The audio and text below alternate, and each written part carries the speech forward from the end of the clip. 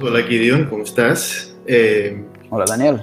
Muy bien, muy bien. Quiero primero saludar a toda la audiencia que nos está siguiendo este evento y felicitar a todos los organizadores de Latino Media Summit y los grandes eventos y conversaciones que hemos visto, escuchado en estos días. Yo me llamo Daniel Alarcón, soy productor ejecutivo de Raambulante y director editorial de un podcast que se llama El Hilo.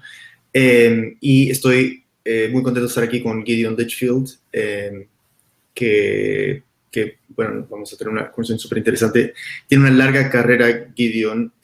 Últimamente fue nombrado como director editorial global de la revista Wired, pero antes de eso pasó más de 15 años en The Economist, fue cofundador de Quartz, y luego desde el 2017 fue director editorial o editor-in-chief del MIT Technology Review. O sea, una larga carrera cubriendo temas internacionales, negocios a nivel mundial, obviamente, y últimamente algo que influye en todas nuestras vidas, que es la tecnología, que ha sido como to beat por los últimos 5 años más o menos. Bueno, antes hablaremos de eso. Gideon, bienvenido, qué gusto conversar contigo. Gracias, un gusto estar aquí. Bueno, quiero comenzar felicitándote por la nueva posición en Wired, que asumiste en marzo recién. Y quería preguntarte, primero que definas un poco cuál es tu rol como director editorial global, que entiendo que es una posición nueva. Sí, bueno, o sea, yo soy el director editorial global de todas las ediciones de Wired a nivel internacional y también trabajo como el director general de la Wired US. Entonces tengo una responsabilidad para todas las ediciones que en este momento nombran Wired Estados Unidos, Reino Unido, Italia y Japón. Y esas son las ediciones, las 4 ediciones que pertenecen a la empresa Condé Nast. Y bueno, tú estás como más o menos recién entrando en onda en este trabajo. ¿Qué tan diferentes son las ediciones en su mirada y cuál va a ser un poco el trabajo vas a unificar esas voces o es algo que cada uno va a seguir su camino? Bueno, Condé Nast en este momento está en un proceso de reestructurar y unificar un poco las ediciones globales de todos o casi todas las publicaciones que tiene. Entonces, GQ, Vogue, Vanity Fair y todos los demás están empezando a hacer una cierta unificación. O sea, las ediciones regionales no desaparecen, pero empiezan a trabajar más como un equipo junto global. Eso está pasando en Wired también, a nivel de las ediciones en inglés. Entonces, Wired, la edición británica y la edición estadounidense se van a unir, a juntar, probablemente a principios del año que viene. Y vamos a tener una edición en Internet, un solo sitio de Wired. Vamos a seguir publicando ediciones impresas distintas en Estados Unidos y en Gran Bretaña. Pero vamos a tener un equipo entonces global, transatlántico, por lo menos anglófono, que va a sacar toda la información que Wired ahora produce, pero bajo un solo título. Es interesante, me imagino, dirigir Wired en este momento. Hemos pasado del encanto con la tecnología a una nueva etapa de desencanto. O sea, pasamos de disfrutar, compartir videos de gatos bailando a temer que Facebook había destruido la democracia. Sí. Y yo siento, por lo menos, que pasó en un instante. Wired, por 2 décadas, fue, más o menos sigue siendo como el insider's guide, ¿no? Al mundo de la tecnología. Pero, ¿cómo ves que la revista va a reflejar ese cambio de actitud hacia la industria que cubren? Sí, bueno, para mí la historia de Wired es que cuando fue fundada en el 1993, fue realmente, como dices, el Insider's Guide, fue la revista de Silicon Valley. Tenía una conexión muy fuerte, muy intensa con toda la gente que estaba impulsando la innovación y las nuevas empresas del Silicon Valley. Y también tenía un punto de vista muy utópico, muy optimista, de que al aceptar la tecnología en nuestras vidas como aceptar una religión, íbamos a llegar a la felicidad, ¿no? Y la tecnología iba a cambiar todo para lo mejor. Y obviamente nuestras actitudes hacia la tecnología han cambiado desde entonces. Como tú dijiste, somos mucho más ambivalentes hoy acerca del papel que la tecnología juega en nuestras vidas. Y la cobertura de Wired, tanto como la cobertura de todos los medios, ha cambiado con esto. Y si ves la cobertura de los últimos años, estamos hablando obviamente de los problemas del cambio climático, de las amenazas de las grandes empresas, como de la amenaza que viene hacia la democracia desde las grandes empresas de medios sociales como Facebook. Hablamos del algorithmic bias, los prejuicios que se pueden instalar dentro de los algoritmos cuando los usamos para tomar decisiones. Hablamos del racismo en la tecnología, en el sector de la tecnología. Entonces, muchos de los problemas que hoy en día se reconocen como problemas de la tecnología ahora forman parte de la cobertura de Wired. Y para mí lo que es interesante en esta etapa para Wired es orientarse como una publicación que sigue siendo una publicación sobre la tecnología y el papel que tiene en nuestro mundo, pero que más que nada es una publicación sobre los grandes problemas que enfrenta el mundo y cómo los resolvemos, porque yo creo que a la base de lo que es Wired es, bueno, podemos decir, ni siquiera tanto un optimismo, sino una orientación hacia un mejor futuro. Wired para mí es una publicación acerca de cómo llegamos a un mejor futuro. Y lo que ha cambiado es que en el pasado decíamos la tecnología es el camino hacia el mejor futuro. Hoy en día decimos la tecnología a veces es parte de la solución, a veces es parte del problema. Es central de toda manera a la evolución. Pero la pregunta que tenemos que preguntarnos como periodistas, como Wired, es cómo se cambia el mundo para superar estos grandes problemas que enfrenta y cuáles son los cuentos, cuáles son las historias que nosotros podemos contar que enseñan un poco este camino. Y esta mirada un poco más crítica, y diría yo también un poco más realista de lo que es la tecnología, inevitablemente me pregunto quién es el lector de Wired, porque en un momento se sentía que era como que se leía en Silicon Valley, se leía en la industria de tecnología y era como requerido, required reading para toda la gente que trabajaba ahí. Pero yo me acuerdo de una portada hace un par de años que era un Photoshop de la cara de Zuckerberg, como si le hubieran dado una paliza en un callejón sin salida. Y era como el año horrible de Mark Zuckerberg. Y yo pensé, exacto, eso no lo van a estar leyendo en Facebook. Eso no o sea, ¿quién está leyendo esa revista? O de pronto sí, no sé. Y tú estás entrando en un momento en que todas esas críticas están aún más agudas después de las últimas elecciones y después de todo lo que hemos vivido en estos años. Entonces, ¿cómo te imaginas tú que ha cambiado ese lector de Wired? Sí, yo creo que, mira, otra vez, en los años 90 el lector de Wired era la gente interesada en la tecnología.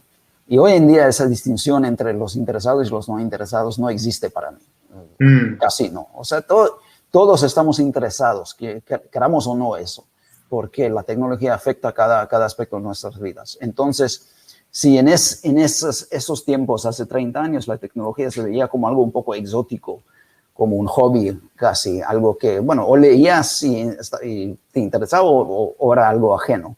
Hoy no es ajeno para nadie. Entonces, yo creo que Wired se sigue leyendo en Silicon Valley y en Facebook, pero también la gente está leyendo sobre estos temas no solo en Wired, sino en muchos medios. Para mí, Wired, el lector de Wired es la persona interesada en el futuro del mundo y sobre todo en cómo mejorarlo. Todos queremos un mejor futuro.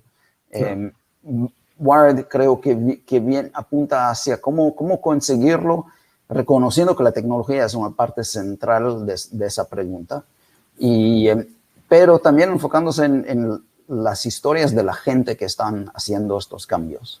Una de las cosas que en Wired para mí es excelente, siempre ha sido, es en contar historias, hacer esos reportajes a fondo, al estilo de las mejores revistas que hay en el mundo, que realmente entran a los detalles de las vidas de la gente y cómo están cambiadas, cómo están influidas por la tecnología y a la vez cómo luchan para conseguir batallar como la injusticia o cambiar un sistema o lograr algún meta o inventar algo nuevo. Tenemos muchas historias que realmente no solo no solo explican la tecnología, no solo te hacen entender la tecnología, sino te hacen entender qué es la interacción del ser humano con esto y qué es lo que los seres humanos hacen para tratar de cambiar su ambiente y cambiar su mundo. Entonces, hablemos de cosas específicas y de tecnologías específicas, porque esto es tu beat y lo que tú sabes. Creo que todos sabemos exactamente, bueno, no exactamente, pero tenemos una intuición de que la cosa está complicada, para decirlo de manera diplomática, ¿no? Entonces, podríamos juntos enumerar problemas que enfrenta el mundo y llenar la hora que tenemos. Pero también parte de lo que nos han pedido en esta conversación es una dosis de un optimismo realista, creo, pero optimismo igual. Entonces, si bien ya estamos acostumbrados a nombrar la tecnología como algo como algo de peligroso, también, como tú mencionas, hay soluciones ahí. Entonces, cuando tú piensas en la tecnología y en los retos de los siguientes 10 años, ¿qué piensas en cuáles son esas soluciones o posibles soluciones que vienen? Bueno, empecemos por hablar por los problemas un poco, porque, como dices, son serias. O sea, sí. Si vemos el mundo que tenemos problemas con el cambio climático, con la salud pública, las pandemias, el futuro de la democracia, la seguridad global, la desigualdad económica, la lenta automatización de los empleos que está cambiando las economías, la injusticia racial, esa dominancia de las grandes empresas tecnológicas que están controlando cada vez más de nuestras vidas, la extinción masiva de varias especies que está también relacionada con el cambio climático. Entonces, sí, yo creo que es difícil ver este mundo y ser optimista, o sea, en el sentido puro de la palabra. Y sin embargo, yo diría que fuimos desde un optimismo y un utopismo no justificado en los años 90 hacia como el otro extremo, hacia un pesimismo, el techlash de los últimos años de los 2010, de la década de los 2010, cuando nos dimos cuenta de todos los problemas que la tecnología podría causar y empezamos, cuando digo nosotros, los periodistas sobre todo, empezamos a sonar la alarma, a decir, todo esto está muy mal y va en un muy mal rumbo. Y la pregunta creo que para mí es ¿qué es el deber del periodista para no solo sonar la alarma y apuntar en qué está mal, sino también en apuntar hacia cómo solucionarlo, cómo darles a la gente, si no optimismo, por lo menos esperanza y caminos para seguir adelante. Lo que veo como un poco, hay un cierto cambio no sé, de opinión, pero de la atmósfera del zeitgeist desde la pandemia, que dice, bueno, mire, hemos creado estas vacunas en un tiempo récord. Normalmente una vacuna tarda años, sino décadas en inventar, y las vacunas para el COVID las inventamos, de hecho, en algunas semanas. Lo que tardó tiempo eran las pruebas para que están seguras y eficaces. Pero entonces, esa tecnología del mRNA que nos dio la posibilidad de crear las vacunas, que es algo que se desarrolló durante décadas sin una aplicación exitosa. De repente es la solución no solo a la pandemia, sino a muchos otros problemas de salud, muchas otras dificultades. En el futuro, entonces, eso abre un espacio totalmente nuevo de la biotecnología. La inteligencia artificial hasta ahora se ha usado sobre todo por las empresas como Facebook y como Google, y más que nada, al parecer, para crear esas plataformas muy fuertes de medios sociales o de ride sharing, de cosas como Uber, que realmente están más que nada para hacer la vida más conveniente para la gente o más entretenida.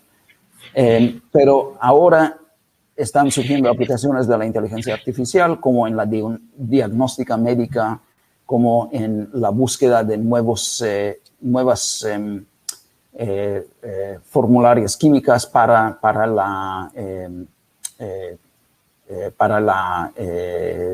la invención de nuevas drogas. Y se ve que van a haber aplicaciones de la inteligencia artificial que puedan solucionar verdaderos problemas que tenemos. Hay otras cosas que el uso de la medicina personalizada, que tiene que ver con la colección de datos que alguien puede recoger desde dispositivos que tenemos puestos en el cuerpo o en la casa, que permiten el monitoreo más seguido de condiciones médicas. El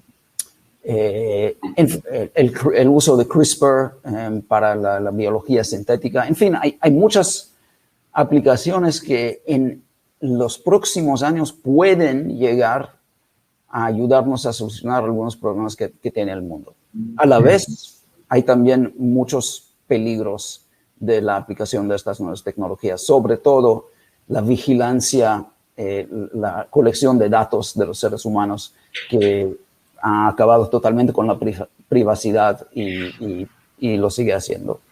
En fin, perdón, estoy hablando muy largo. El punto aquí es que hay una cierta idea de que tenemos justificaciones hoy para ser más optimistas, porque la tecnología nos está dando posibilidades, nuevas posibilidades. Y yo creo que el papel no solo de Wired, sino del periodismo, es un poco tratar de diferenciar, de analizar y ver cuáles son esas tendencias en que hay que tener esperanza, y cómo conseguir que estas soluciones se realicen, y cómo evitar las aplicaciones más problemáticas de esa tecnología. Quiero preguntarte eso, o sea, mencionaste este logro titánico global de las vacunas, del mRNA, y bueno, quería preguntarte sobre la pandemia específicamente. ¿Cómo crees que eso ha cambiado tu misión como periodista? Se usa siempre la palabra en inglés, yo lo leo cada 3 minutos en los unprecedented, o sea, sin precedentes. Siento que esa palabra se agotó como en abril del año pasado, pero se sigue usando y seguimos como que esto nunca lo he visto, nunca me lo imaginé. ¿Ha cambiado tu manera de enfrentarte a este oficio? Yo creo que... Yo no sé si ha cambiado mi manera de enfrentar el oficio. Una cosa que sí sucedió el año pasado, cuando yo estaba todavía en la MIT Technology Review, era que, bueno, y eso sucedió en muchas publicaciones, yo creo, tuvimos que reorientar la redacción entera. Entonces, cada reportero volvió un reportero de COVID. Y tuvimos que reinventar realmente la estructura de la redacción para enfrentar este problema. Y los periodistas tenían que meterse en temas que no conocían y de repente hacerse muy expertos muy rápidamente. Y esa esa idea de romper con los beats tradicionales. De hecho, de poner a todo el mundo en el mismo beat, pero dividirlo en formas muy, muy finas, de hecho. Entonces, el reportero que normalmente cubría el espacio y la industria del espacio volvió a ser el reportero de testing, de testeo de COVID. Sí. O sea, algo muy, muy específico, ¿no? El reportero que cubría ciberseguridad se hizo el reportero de contact tracing, de rastreo. Entonces, creo que si eso cambió algo es que nos mostró que realmente sí se puede ser mucho más flexible en respuesta a una crisis y ir a imaginar qué es el papel de un reportero en una redacción o de una redacción entera para enfrentar una crisis.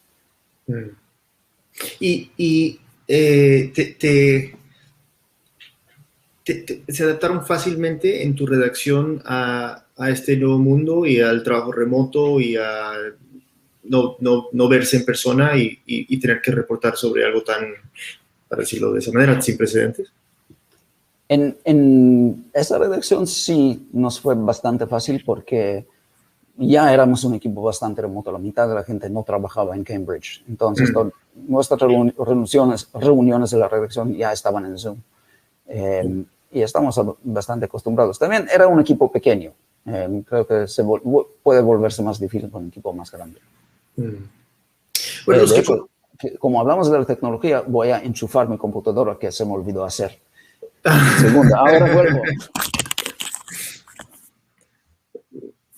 Me toca hacer el hold music, pero no lo voy a hacer. Mientras tanto, todos podemos observar. Si no, acababa con... Estamos todos aquí en la llamada chismoseando tu departamento detrás. Ah, claro, las botellas. Bueno, seguimos. Gideon, los que conocemos un poco cómo es el proceso de una redacción y de una revista, sabemos digamos, tú todavía no has puesto tu estampa en esta revista, tú todavía no has cambiado Wired, porque las crónicas que se publican en este número se asignaron hace 4 o 5 meses. Entonces tú recién entras en marzo, o sea, digamos para el otoño, ¿no? Para septiembre ya es tu revista. Cuéntanos, ¿no? ¿Cómo es que el lector se va a dar cuenta de que no, ya esto ha cambiado?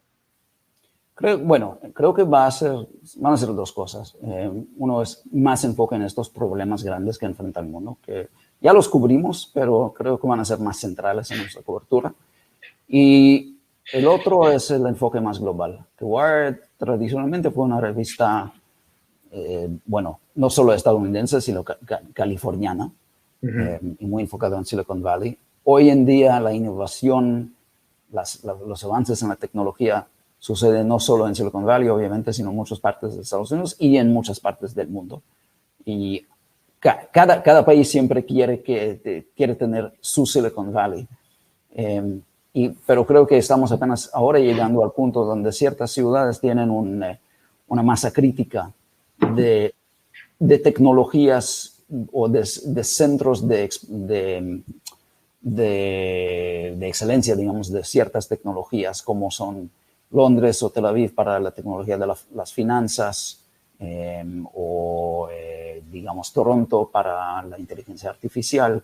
Entonces, la tecnología se está desarrollando en muchas partes del mundo.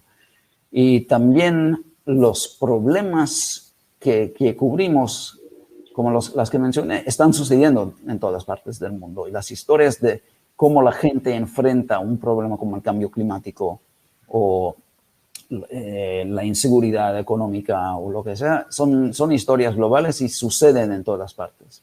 Entonces, lo que creo que veremos es que Wired, lo que Wired publica va a sentirse más global, va a venir de más lugares, las historias van a venir de más países y van a ser entendibles en más países también. O sea, no van a sentirse tan locales, porque realmente los temas no son locales.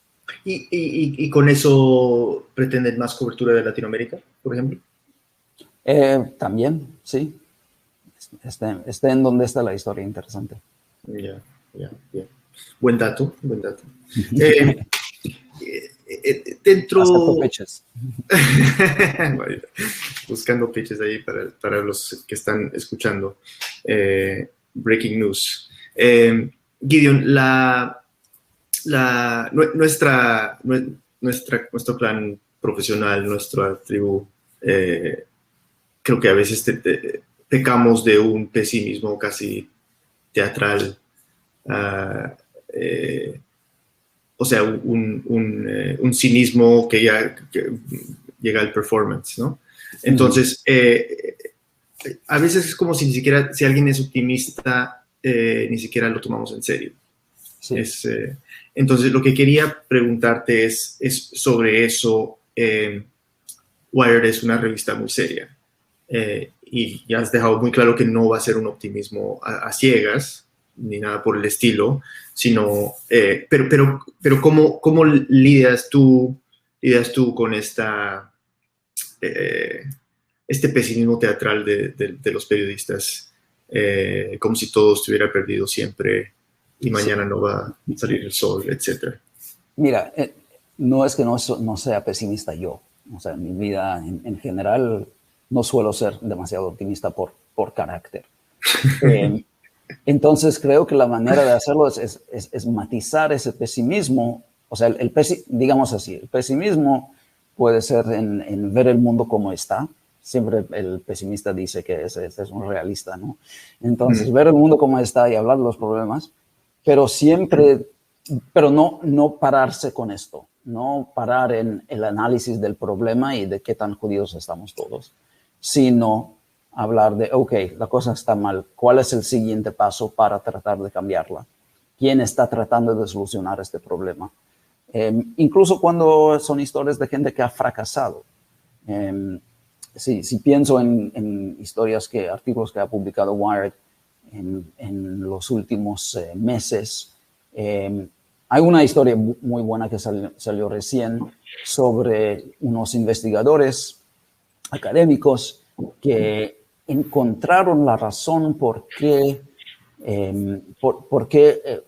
se definía bueno, ahora voy a entrar en problemas con el español, pero la distinción entre los droplets y los aerosols. Ay, me jodiste. Las gotitas pequeñas, los aerosoles. Y los aerosoles, que esa distinción es esencial para cómo combatimos el COVID, porque define cómo las partículas con el virus se mueven en el aire.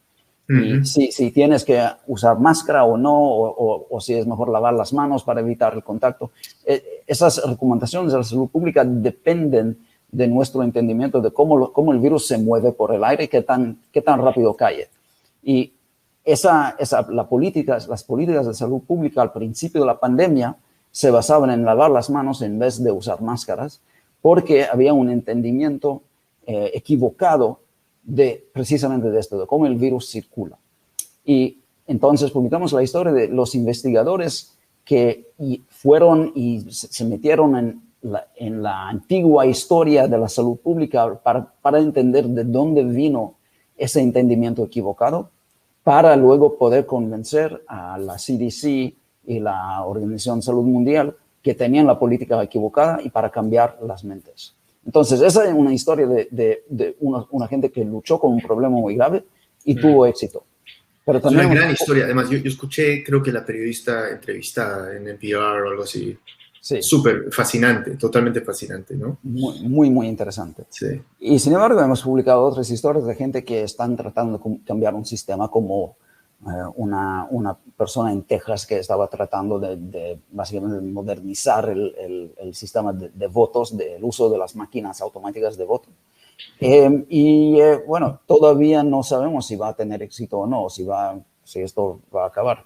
El punto es que siempre podemos contar esas historias de la gente que están tratando de hacer esos cambios para ver qué es lo que tú, el lector, que quiere un mejor mundo, puede aprender de esas experiencias, sean exitosas o no.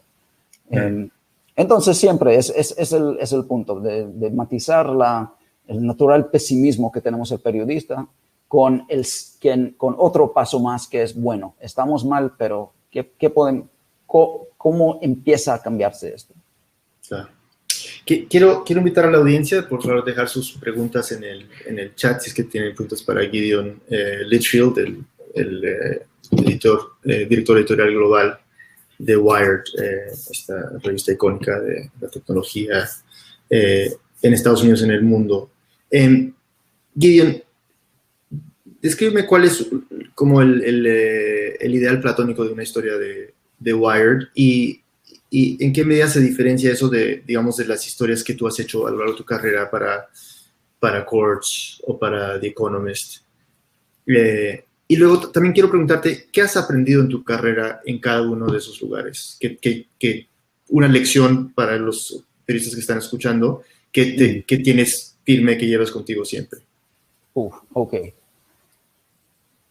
Voy a empezar con la segunda pregunta, porque creo que lo que llevo conmigo siempre es más que nada, bueno, yo diría que es mi motivación de ser periodista. Lo que me interesa siempre en esto es, yo siempre he querido entender por qué la gente percibe el mundo como lo percibe y por qué surgen los conflictos en donde gente diferente ve la misma situación de formas muy distintas.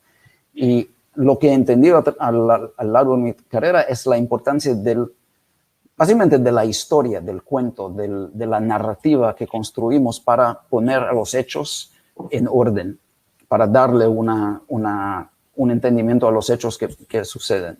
Entonces, ya estemos de donde estemos, siempre tenemos nuestras narrativas que forman nuestro entendimiento del mundo. Y es muy difícil cambiar narrativas. Y es un poco el problema que estamos viendo ahora con la desinformación, que tú no puedes cambiar la mente de alguien que cree algo simplemente dándoles mejor información. Tienes que también cambiar su modo de pensar. Tienes que tocar algo emocional para que ellos puedan ver la cosa de otra manera. Yo diría que en muchos de los lugares donde yo he trabajado, el énfasis ha sido en la información meramente, en el reportaje, el análisis, la buena información. Lo que tiene Wired que no han tenido los lugares anteriores donde trabajaba es ese enfoque en la narrativa y en el periodismo narrativo que realmente llega muy a fondo a las motivaciones de la gente. Por eso para mí es emocionante trabajar ahí, porque reúne mis intereses en la tecnología, en los asuntos globales, con un sentido muy fino de la naturaleza humana, que al final, al cabo, está a fondo de todos estos problemas. Entonces, entendiendo el viaje de una sola persona a través de una buena narrativa, yo creo que es clave para cambiar un poco la mente de la gente acerca de temas importantes. Guido, tengo una pregunta de Caro Gil Pose, que dice, además usa una frase que yo no conocía. Dice esto: lo que cuenta Gideon es ese cambio de mirada que propone el enfoque de periodismo de soluciones. Este es lo que no había escuchado. Del periodismo watchdog al periodismo guide dog. Me parece genial eso. ¿Se puede decir qué es el enfoque principal de Wired para decir qué historias publica? Bueno, la frase periodismo de soluciones tiene un poco una mala fama. Pero tiene una mala fama justamente porque comentaba antes, porque los periodistas son unos pesimistas tremendos, sí, que lo usan eso como su capa y espada, ¿no? Es cierto, es cierto. Yo no sé, tal vez porque soy uno de esos periodistas pesimistas por naturaleza, yo también tengo una asociación con la frase periodismo de soluciones que dice que es demasiado optimista o es solucionista.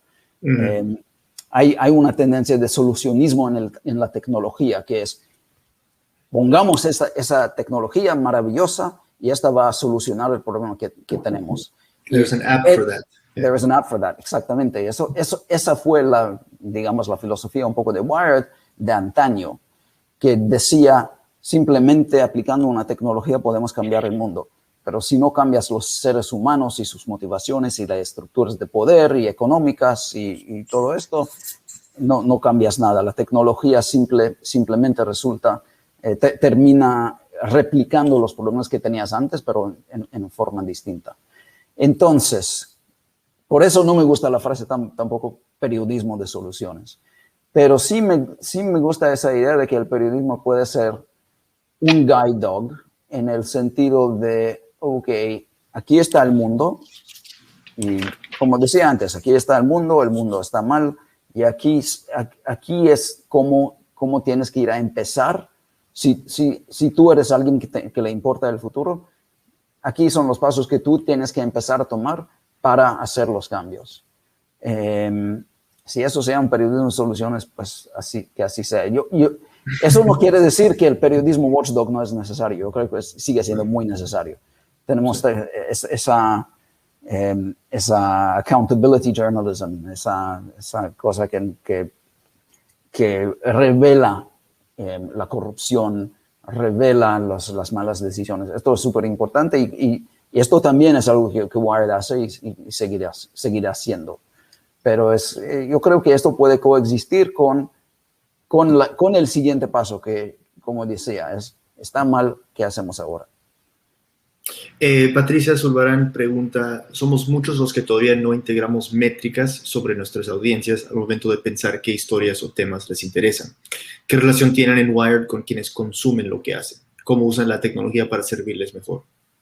Bueno, me encantaría decir que Wired, siendo un medio tecnológico, tiene la más avanzada tecnología de relación con sus audiencias, pero sería mentira.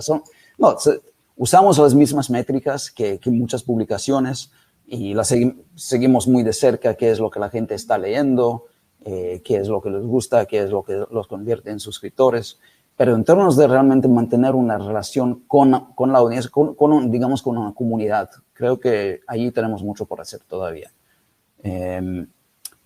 Ahí tengo esperanzas de que, enfocándonos en ciertos temas que son problemas grandes del mundo, podemos formar relaciones con ciertas audiencias o grupos de gente que también quiere solucionar estos problemas. Y esto se hace tal vez a través de o publicaciones específicas o eventos o newsletters. No sé, yo creo que sigue habiendo mucha experimentación en la comunidad de periodismo acerca de cómo formar esos vínculos. Pero no puedo decir desafortunadamente que nosotros somos los más innovativos en esto. Bueno, después te cuento lo que hemos hecho en Rambulante para saber si te sirve. Quería preguntarte, Gideon, bueno, en la medida que tú puedes contarnos de algunas de las historias grandes que vienen o que están trabajando, digamos, para esta siguiente etapa de Wired. Bueno, no puedo contar demasiado detalle, pero como decía, vamos a enfocarnos mucho en estos problemas grandes globales y en esta cuestión de qué tanto se puede ser optimista, qué tanto estamos entrando en una nueva etapa donde la tecnología no solo sirve para hacer la vida más conveniente, sino para solucionar grandes problemas. ¿Cuáles son las tecnologías que tienen perspectiva en esto? También vamos a estar pendientes de los peligros que pueden venir en los próximos años. Yo hablé ahora de el potencial de la inteligencia artificial, pero también vienen muchos peligros de eso. No en el sentido de que muchos piensan de que la inteligencia artificial se va a volver inteligente de veras, de verdad, y tomarse posesión del mundo, sino que cada vez más decisiones que afectan nuestras vidas, como si recibimos créditos o qué precios pagamos o dónde vivimos o qué empleos podemos recibir, para cuáles empleos estamos considerados, cómo votamos. Muchas de esas decisiones están empezando a influirse por los algoritmos. Y esto es como esa mano, digamos, la mano escondida de la inteligencia artificial está está cambiando nuestras vidas y la gente, y no tenemos mucha transparencia ni mucho control sobre esto como individuos. Otra cosa que me preocupa mucho es lo que se ahora está llamando los medios sintéticos, de los cuales los deepfakes son un ejemplo. Pero medios sintéticos como es un término más amplio que quiere decir también los actores en Hollywood que están sintetizados básicamente por... tú puedes tomar un actor y ponerlo algunos puntitos en la cara y convertirlo en un animal, pero también puedes recrear actores muertos usando otra persona. Esto pasó con, creo, con Princess Leia. Exacto. Entonces, ese uso de los medios sintéticos está creando muchas oportunidades nuevas para industrias como Hollywood, pero también está haciendo cada vez más difícil saber qué es verdad, qué es algo que realmente sucedió y qué es un invento. Y va a cambiar mucho las profesiones creativas también. En fin, no sé. Puedo hacer una lista muy larga. No, todo me parece increíble. Una cosa que yo he leído 1000 veces en Wired y que quisiera no leer nunca más son estos perfiles casi mesiánicos a tech giants, tech bros, casi siempre hombres, que van a salvar el mundo o van a hacer muchísima plata o a veces las dos cosas a la vez, que es como... Normalmente a la vez, sí. Sí, generalmente a la vez, ¿no? Y eso es como ya un periodismo casi orgásmico sobre que todos vamos a ser ricos y felices. ¿Vas a eliminar ese tipo de perfiles? La verdad es que si ves las portadas de Wired en los últimos años, esos ya han sido eliminados prácticamente. Yo recuerdo muy bien, bueno, como dices, si haces un inventario en el archivo de Wired, muchas de las portadas esas eran esos hombres blancos ricos o que iban a llegar a ser ricos. Y luego entre esas portadas recuerdo una portada que era de una niña de quizás 11 o 12 años, posiblemente latina por su complexión, y el título decía The Next Steve Jobs. Entonces, aun cuando no estábamos poniendo a Steve Jobs en la portada, todavía estábamos obsesionados con la idea de Steve Jobs. Y esto ya no está pasando. Ahora sí, las portadas la gente que estamos poniendo en las portadas es mucho más diversa. Y también no hay tanto enfoque en gente siempre, sino en temas, en issues. En ideas. Claro. En ideas, sí. Sí. Y cuando hablamos y cuando escribimos de gente, cada vez más es la gente en cualquier parte del mundo, que puede ser alguien que no has oído, que no conoces, que no es famoso, que nunca va a ser una persona rica, pero que está enfrentando estos grandes problemas de los cuales hablé, en su manera, en su lugar, y encontrando una solución de la cual cualquiera puede aprender. Patricia Zurbar tiene una pregunta súper interesante. Aquí dice, ¿qué diferencias fundamentales has notado entre los periodistas más jóvenes, que son casi nativos digitales, y los que tienen más edad en cuanto al acercamiento a la fuente? El acercamiento a la fuente. En ese sentido no noto diferencia realmente. Y en su manera de enfocar temas de framing stories, como decimos. Sí, es una excelente pregunta. Podría ser que los periodistas más jóvenes son, bueno, podríamos decir menos tradicionales, son más abiertos a otras maneras de contar historias, pero tal vez es posible que los periodistas con más experiencia también eran así cuando eran jóvenes y simplemente han encontrado su camino ahora. Yo creo que los más jóvenes están tal vez más abiertos a experimentar sobre todo con formatos de contar, ya sea audio, video, el TikTok. O sea, cómo es que llegas a contar una historia cuál es el modo de llegar a tu lector. Y tal vez más aún que esto en su comunicación con la audiencia o con la comunidad, que es algo que pasa fuera del marco del artículo o del producto periodístico, sino forma parte de su conversación en Twitter o en donde sea. Pero eso pasa con mucha gente mucho más experimentada también. Entonces, no sé, no puedo apuntar diferencias muy claras y decir que es una cosa generacional. Gideon, que estamos casi sobre la hora, pero quiero terminar con una pregunta. Como editor, ya en tu rol como digamos, de capitán del equipo, ¿extrañas el reporteo? ¿Extrañas echas de menos ese trabajo de reportero, de periodista? ¿Y cómo llenas ese hueco? Bueno, lo extraño todo el tiempo, sí. Yo creo que el ser editor, poder manejar un equipo de gente muy talentosa es algo que llena el hueco, en el sentido de que, bueno, yo no puedo ir a reportear una idea, pero puedo darle la idea a otra persona que lo va a hacer tal vez mejor que yo. Y de esa manera de poder influir y formar básicamente o decidir qué es lo que vamos a publicar, eso es una manera de tal vez llegar más lejos o tener una influencia más amplia, aunque no puedo entrar a los detalles yo mismo. Pero sí extraño esa parte, claro, por supuesto.